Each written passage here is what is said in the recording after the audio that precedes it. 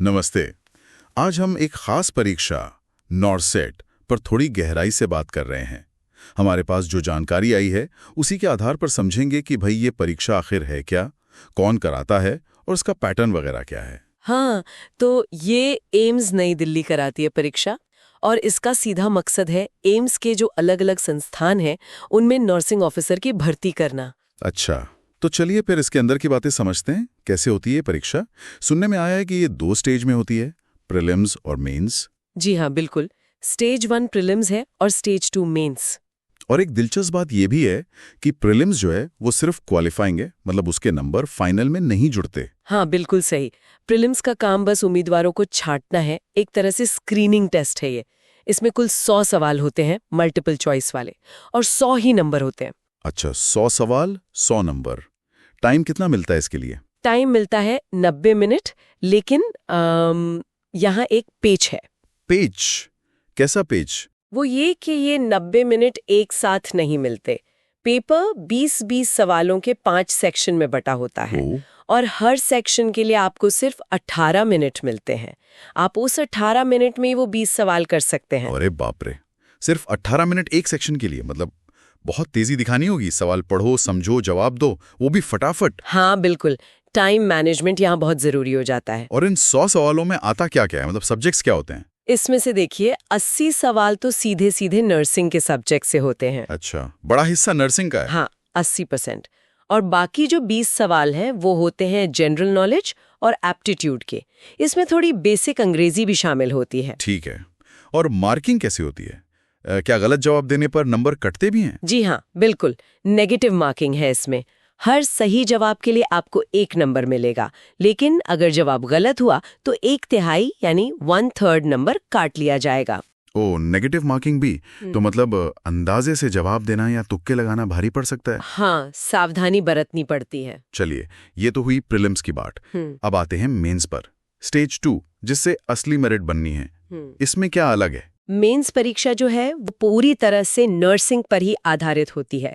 इसमें कोई general knowledge या एप्टीट्यूड नहीं होता। अच्छा, सारे सवाल नर्सिंग के? जी हाँ, कुल 160 सवाल होते हैं और 160 ही अंक होते हैं। और इसके लिए समय कितना मिलता है? इसके लिए समय ज्यादा मिलता है, करीब 180 मिनट यानी पूरे 3 घंटे। और इसे भी आमतौर पर सेक्शन में बांटा जाता है? जैसे 4 सेक्शन हो सकते हैं, हर सेक्शन में करीब 40 सवाल और लगभग 45 मिनट का टाइम। 45 मिनट में 40 सवाल। यहाँ भी टाइम का दबाव तो रहेगा ही। बिल्कुल। और नेगेटिव मार्किंग का जो नियम प्रीलिम्स में था वही नियम यहाँ मेंस में भी लागू होता है। नर्सिंग का ज्ञान तो बहुत जरूरी है, लेकिन मेंस में तो बस वही है। अच्छा, अब अगर सिलेबस की बात करें तो प्रीलिम्स में जो वो 20 नंबर का जनरल नॉलेज और एप्टीट्यूड वाला हिस्सा है, उसमें क्या क्या पढ़ना होता है? उस 20 नंबर वाले हिस्से के लिए सिलेबस काफ़ी फैला हुआ है देखा जाए तो। उसमें आपको करंट अफेयर्स यानी आजकल क्या चल रहा है देश दुनिया में, थोड़ा इतिहास, भूगोल, नागरिक शास्त्र, फिर लॉजिकल एप्टीट्यूड जिसमें वो मैथ्स वाले सवाल होते हैं ना, जैसे time, distance, profit loss ratio वगैरह, और सामान्य विज्ञान भी।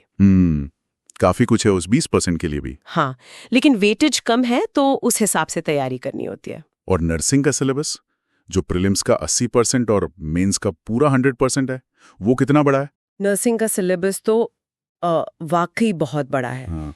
मतलब एक नर्सिंग स्टूडेंट अपने पूरे कोर्स में जो भी पढ़ता है वो सब इसमें शामिल है लगभग। जैसे कि ह्यूमन एनाटॉमी और फिजियोलॉजी यानी शरीर रचना और क्रिया विज्ञान, फिर medical surgical nursing, psychiatric nursing, community health nursing. हाँ, ये तो कोर सब्जेक्ट्स हो गए। बिल्कुल।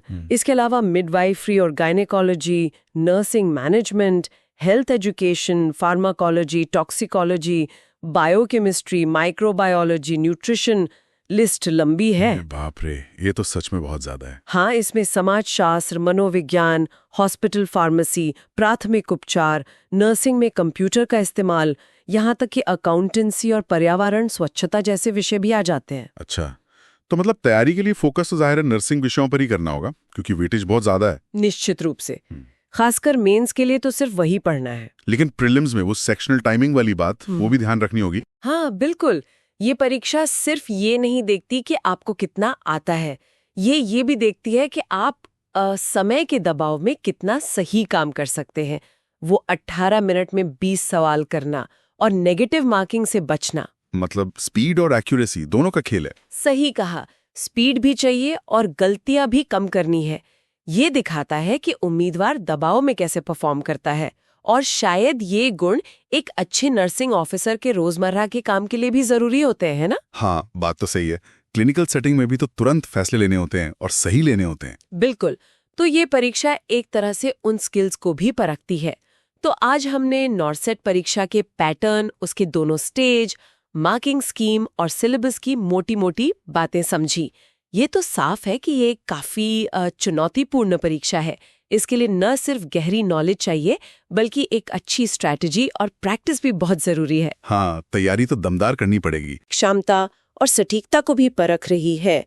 तो क्या ये वाकई उन जरूरी प्रोफेशनल गुणों को सही तरह से माप पाती है जो एक काबिल नर्सिंग ऑफिसर में होने चाहिए, ताकि वो रोज की चुनौतियों का सामना कर सके? ये एक विचारणीय बिंदु हो सकता है। दिलचस्प सवाल है। क्या ये परीक्षा का ढांचा वाकई बेस्ट तरीका है सबसे अच्छे नर्सिंग ऑफिसर चुनने का? सोचने वाली बात है।